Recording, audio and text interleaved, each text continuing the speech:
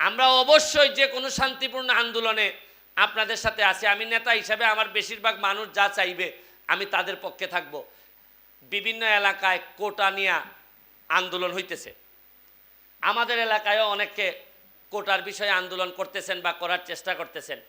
MP হিসাবে আমার বক্তব্য হইল, আপনাদের যে কোনো যৌক্তিক আন্দোলনে আমাদের কোনো সমস্যা নাই, আমরা আপনাদের সাথে একমত।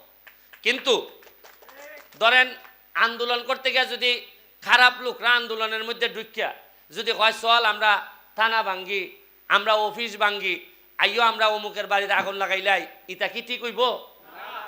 আমরা অবশ্যই যে কোনো শান্তিপূর্ণ আন্দোলনে আপনাদের সাথে আছি। আমি নেতা হিসাবে আমার বেশিরভাগ মানুষ যা চাইবে আমি তাদের পক্ষে থাকব। কিন্তু যারা সাধারণ ছাত্রছাত্রী এদের ফাঁকে গিয়া যদি খারাপ লোক ঢুকে যদি আপনার একটা দোকানে আগুন লাগাইতে, বদনামটা কি সাধারণ ছাত্রছাত্রীর হবে না? আমি সবাইকে ধৈর্য ধরার, আগামী রবিবারে সুপ্রিম কোর্টে হয়তো একটা সিদ্ধান্ত হবে।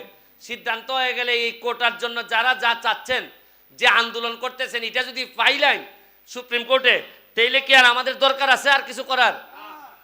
এর মধ্যে কিছু লোক দেখেন কালকে বিভিন্ন জায়গায় আগুন লাগাইছে, মেট্রো রেলে আগুন লাগাই দিছে, এই বিটিভিতে আগুন লাগাই দিছে।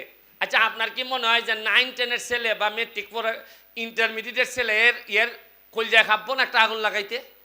তাই আগুন লাগাইছে সেটাই বুঝেন না আপনি? ওই মালে ওই খটায় ই কেন খটা আছে, খটায় চাইতেছে খাটল খাইলি তো।